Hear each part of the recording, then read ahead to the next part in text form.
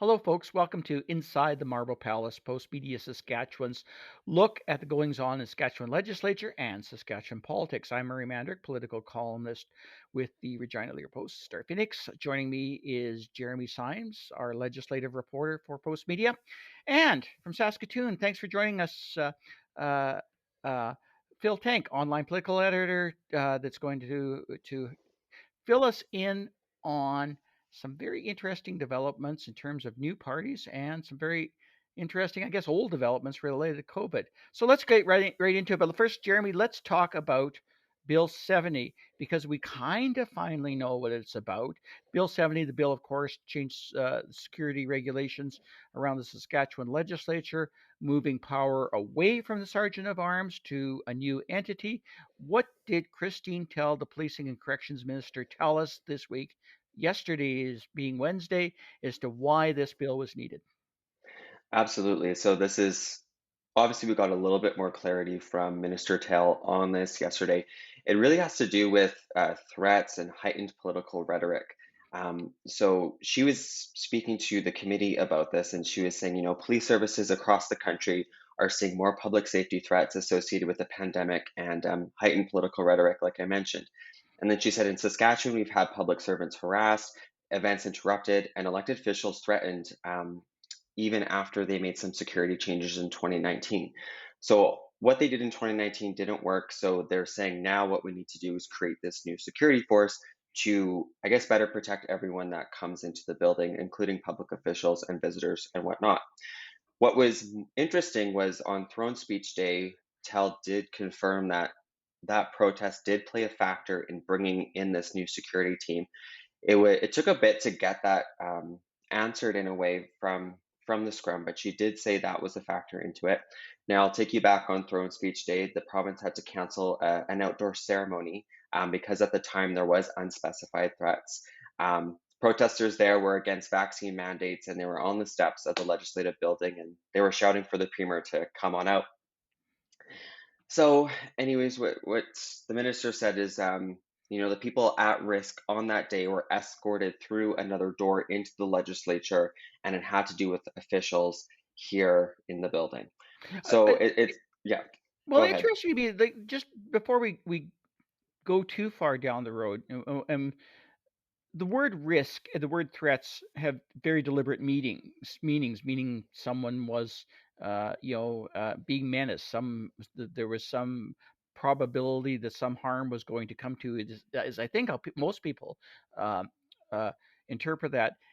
Yet I'm not sort of seeing that tied together in terms of the explanation. So maybe just for the people, we can sort of better explore what we think that might mean, because I don't know if Christine Tell has been completely clear about this. She basically You know, said that they weren't necessarily directed at the politicians, but of the suspicion that the threats were really the threat of sort of the disruption of the ceremonies, which I think she said at some point in the House. And with that, the unspoken is obviously the public embarrassment that the government would have for having the ceremonies disrupted. And while the premier was reviewing the guards with the Lieutenant Governor Russell Marasti, there would be a lot of people yelling and screaming about the mask mandate and the vaccine passport mandate that was in effect at the time. Do we really know what clearly or what she has meant, or can you tell us the public about what it is that we do and don't know? yeah, for sure. That's actually a really big question from the NDP opposition right now.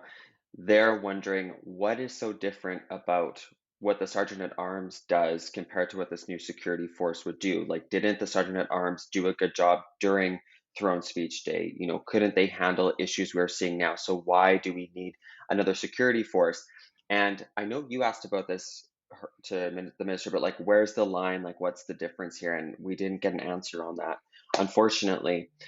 What we do know is this new force will likely come into effect maybe by this fall.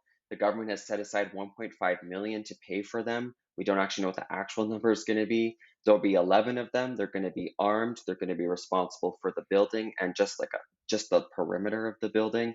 So we do have those details now. Obviously, the NDP is not happy about this. They actually spent MLA spent 20 hours debating this issue over the past 2 days in the House, and what they wanted was for the speaker, who is an independent person theoretically, to appoint this new security director. Right now, this new director would be appointed by the minister, and they don't like that direct involvement. Now, the government argues, well, the minister can coordinate with better police agencies and we can better prepare for future threats. And that's why we're doing it through the ministry. Anyways, we'll just see where it goes. And Let's see where it goes. yeah, If I guess maybe we'll talk a little bit more next week as we wrap up the session. But it's curious to me, and even more curious to me is the nature of that crowd. And I'm going to ask Phil about this because I think there's a tie-in. And what I think where that tie-in is the crowd on Throne Speech Day in Regina was decidedly anti-mask, anti uh, vaccine passport mandates. Certainly, they loved Nadine Wilson, the Sask Rivers MLA that was removed from the Sask Party caucus over her status related to vaccinations and whether she was completely forthright about that. She's been a vocal person. What we've seen happening over the last several um, months to weeks, Phil, is a coalescing of people with similar sentiments moving towards the development of a political party. And is Jeremy and you wrote about this week, we're seeing it come together in the form of this new Saskatchewan United Party. Let's talk a bit about that interconnection because you've delved into that going back to United Grassroots. Tell us about how you think this is all coming together and maybe why. Like, who is behind right now, Phil, the Saskatchewan United Party, and how does it kind of fit into everything we've seen leading up to the point, including what we saw from Nadine Ness and what United Grassroots, which has a suspiciously similar sounding name, but I guess Nadine says she's not really involved in this.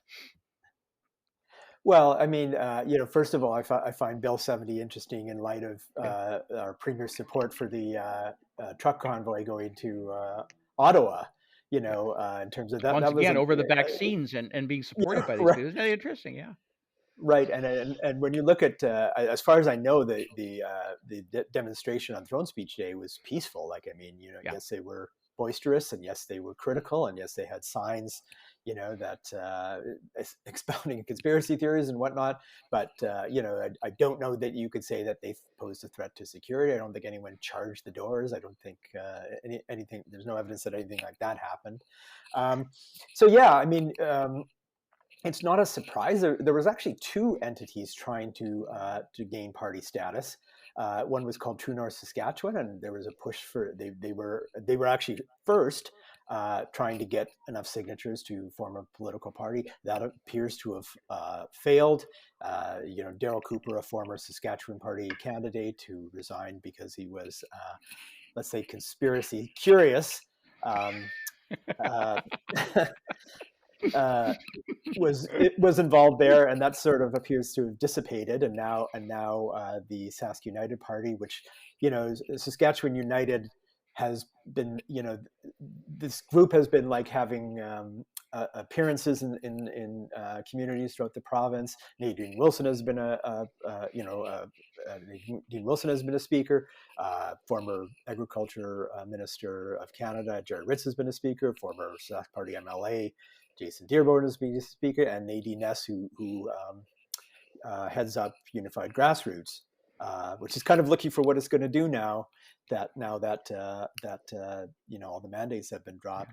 So Do I we mean, it know? kind Do of we know, confirms. Phil? Do we know where Nadine Ness and Unified Grassroots stands in all this? I know that she was at the meetings, but have you heard anything more in terms of what her plans are?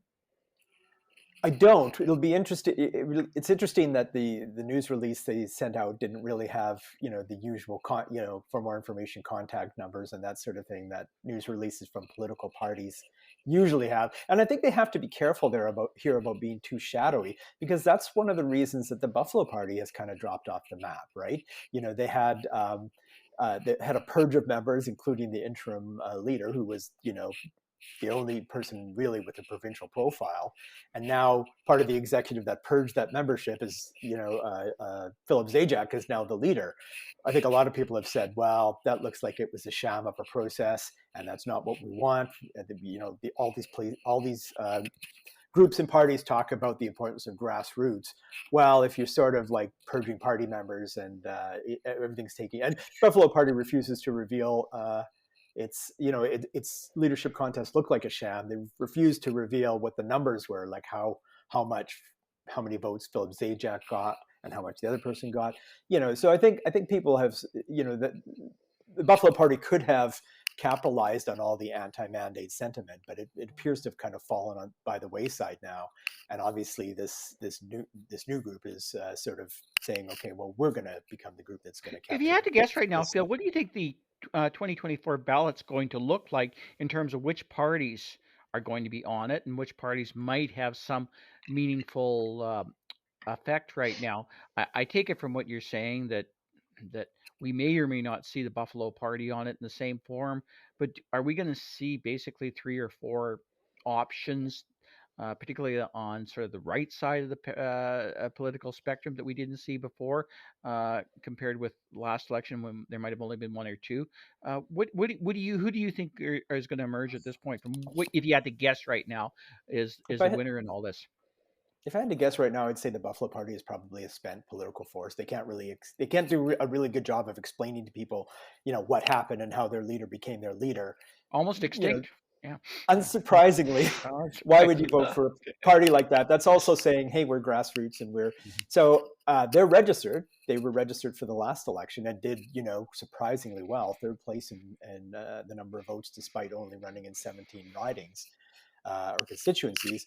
But I do think they're at this point a spent political force. I don't see how they gain momentum if this other party becomes officially registered. And of course, they'll be fighting for candidates. They'll be trying to lure people from Saskatchewan party constituency associations to try to help. And that's how these parties form. We've seen this with, I think it's a Wild Rose Independence Party in Alberta. You know, I don't think they're cracked 10% a lot of polls, but they siphon off 7% or something like that. That would have probably gone to the United Conservative Party there. So I think it's probably going to coalesce around one. You may have a wacky ballot with 6 or 7 parties on it, but don't forget there's also the Saskatchewan Progressive Conservative Party still out there, who are also, as far as I could see, their only leadership candidate is someone who was also opposed to vaccine mandates and that sort of thing. So It's yeah, fascinating. Yeah, there's so many different directions.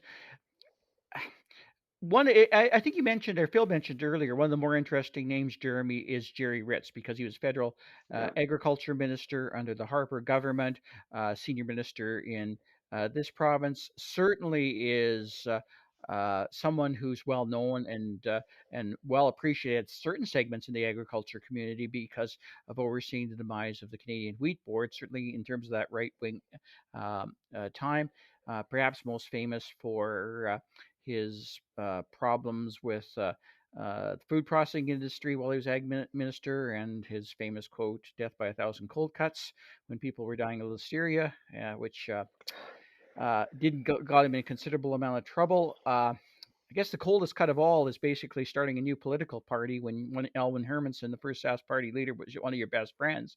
And you can possibly see, as Jerry Rich obviously should, that this is going to divide votes. But tell us what he is saying about why he wants to become involved in this as someone who you think would be getting out of politics, and someone, I guess, who quite possibly could be quite influential, Jeremy, in terms of maybe bringing people aboard. He seems to be suggesting that there is a significant amount of dissatisfaction with the Mo government itself. If I understand his statement correctly from the news that of the Saskatchewan United Party coming into being. Yeah, for sure. So he said that, we're doing this we're starting this new movement, this new party, because it's more than just about handling of the pandemic. It's people are telling him that they're feeling like they're no longer being heard, and then it's time for change. I know I was listening to him on some previous radio programs, just talking about boat splitting. Are you concerned about that and that sort of thing? And he was saying they're not, like, this is more about the issues that they want to bring forward, and Mm. that this is actually a good time to be doing something like that. I remember him saying, like, he admitted that a lot of these voters that would be voting for Sask United probably lean more conservative or lean more voters of the Saskatchewan party. But again, this party likes, or this movement likes to say that we're seeing people from all walks of life come to these meetings. And I think right now they're really trying to brand themselves as, this is not a left or right thing. This is just about everyone, and trying to come together in some united fashion. Obviously, what's clear is that this group was against the COVID-19 mandates. They don't feel that people should be forced to do anything. They're all about freedom. And you had a really good column just about kind of the discussions that went behind the forming of this group, and it really started to kickstart when the premier started making comments about vaccine mandates and vaccine passports, and that really, I guess, pissed a lot of people off. And then the freedom convoys that we saw go to Ottawa, that really gave them a lot more momentum. So we saw some really good timing, I guess, on their front. And I've said this before, but I think the fact that we're seeing, someone like Jerry Ritz involved, gives this party something to watch. Like, it really makes media like me want to pay attention. He is involved. I mean, he has his past controversies, obviously, but he's really well connected politically. Maybe not to some Sask Party people now, but at least to some conservatives in the province. So I think he knows how to organize. So we'll be watching to We'll see see what kind of that. how this plays out. I know. I think they want to get their signatures in about a month's time, and then I think we might see the registration happen after that. Apparently, Election Saskatchewan has given the name an okay, so they're okay to call themselves the Saskatchewan United Party. And I guess once they do register with Election Saskatchewan, they're going to start accepting donations. And apparently, they've already been offered lots of money from quote unquote deep pockets. So we'll see. Well, I think the timing is interesting. This time of year is about 25 years since the Sask Party, genesis began, when liberal and progressive conservative MLAs started to talk about, gee, why don't we form a new party? And of course, that happened in August of, I believe it was 1997, that they actually, That's right. switched party allegiances. But I think the government's vulnerable now, but especially on the right, because they're not really, they can't, our growth is stagnating over the last 5 years. So one of their big selling points is that, oh, Saskatchewan grew so much under the Sask Party. Well, that hasn't been true. They're not really a low tax party. One of their other selling points, oh, we're pro business. Well, a lot of businesses didn't like their expansion of the PST this time and in previous times, and the economy is not doing terrifically well. And that might not be the government's fault, but usually voters don't care whose fault it is. Usually they blame whoever happens to be in power when things go badly. So you could see that there's room on the right, and of course, there's people on the left who didn't like how quickly this government abandoned COVID mandates in the middle of the timing was probably getting close to where people were sick of it, but they also kind of left themselves vulnerable because they didn't do it based on science. They said, well, people are contacting MLAs complaining about them, so we're going to drop them, and then our chief medical health officer is going to virtually disappear. So you could see that the Liberal Party, for example, which is still kind of really a fringe party and was really only fielded two candidates back in the last election, is feeling a Oh yeah. little bit energized with Jeff Walters and his petition to try to get uh, uh, a vote on whether we'll have an inquiry into the pandemic response. Well, before we go, let's talk about COVID, Phil, because you wrote a good column today about the fact that one of the maybe more underreported stories, and after 2 years, it's hard to believe anything related to COVID can now be underreported. But we have had the worst spate of deaths in a 4 month span at any point in the pandemic, according to your column. And I think a lot of people would be surprised to hear that. And I think the government would be just as happy if many people didn't know, or that wasn't being as reported as frequently, simply because this is maybe the offshoot of everything they've done in terms of opening up the province, maybe for the political reasons we're talking about, from pressure from the right. But tell us what kind of state we're in right now in terms of the COVID, and how this might be problematic for the government going forward for a considerable length of time, because at the same time they are facing these pressures from the right. They're still facing this reality of COVID and the problems that and the toll it's taking, I guess, would be the better way to put it. Yeah, I mean the deaths in the first 4 months this year, sadly, are that's higher than we experienced during the last 4 months of last year when we had the Delta variant, which was, as far as we know, far more deadly. It's pretty clear that we had we let the virus spread, and that's why I mean, of course, you'll never be able to track down exactly why, but that's what makes sense, right? The virus spread. That's not all the government's fault, right? Omicron was more contagious, so more people caught it no matter what precautions. Well, I shouldn't say no matter what, but there were people who took lots of precautions. I knew way more people, just anecdotally, that caught COVID in the last 4 months than caught it probably in the previous 2 years combined. So, I looked up some statistics. There's the more people died. I think about 369 people died during the first months of this year in Saskatchewan. The number of people who died in Nova Scotia for the whole pandemic is 366, lower than that.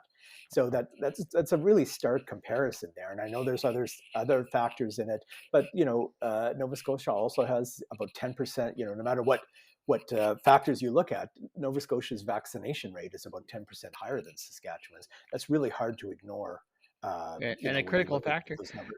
Before I let you go, who's dying? Because your column mentioned it's not 80-year-olds dying in Saskatchewan anymore, contrary to the rest of the nation. We seem to be bucking the trend and having people under 80. But do we know how far under 80 in the last little while? Do we know the sort of demographics of people that are dying in more detail than that? It was about 54%. Right now it's about 54% have been people under the age of 80. Now, prior to the Omicron wave, it was about 57, 58%. So the Omicron wave appears to have been, really tough on people 80 and older, but still not like it's closer to 2/3 80 and over in other provinces, and that's just something that's you know that's one of the reasons why we should have an inquiry, just to sort of answer questions. Why is our profile of deaths different than other provinces? I don't think I've seen these numbers for a while, but it's far more deadly for men in Saskatchewan than women, Oh whereas wow. it's kind of even elsewhere in the. But again, I haven't looked at those at those numbers recently, but that's something I found out, I think, in December. It was like, wow, that's interesting. I wonder why that is. So, I mean, there's lots of questions that need to be answered, and hopefully will be answered one day. But yeah, and it was. I think we want we all want the virus to go away, but like I was just stunned by the wastewater study in Saskatoon this week. It was actually from last week, showing that it bounced back after 2 weeks of decline to its second highest level ever. So like enjoy your summer, but just be aware that COVID is still out there. It's still spreading. It's still, it's hard to believe that there's anyone left to infect, but obviously there is. Yeah, well, yep, it sure is. I wish we'd I get guess I'm go one into of the this. few who has not caught it. I guess I'm one of the few who has Well, you're not one of the caught it. few. I haven't caught it either yet. I was not So tested. I was not tested positive. I may have had yeah, it, but yeah, it's yeah. Who knows lots of close exactly? calls. Lots of Yeah, close I'm in the calls. same boat. yeah. I didn't test positive, but I was sick for Wait a sec. something. Well, we're healthy now, and sadly, that means that we'll have to get back to work. It's all the time we have for Inside the Marble Palace. Phil, Jeremy, thanks so much for the great job, and we'll see you guys sometime soon. Thanks.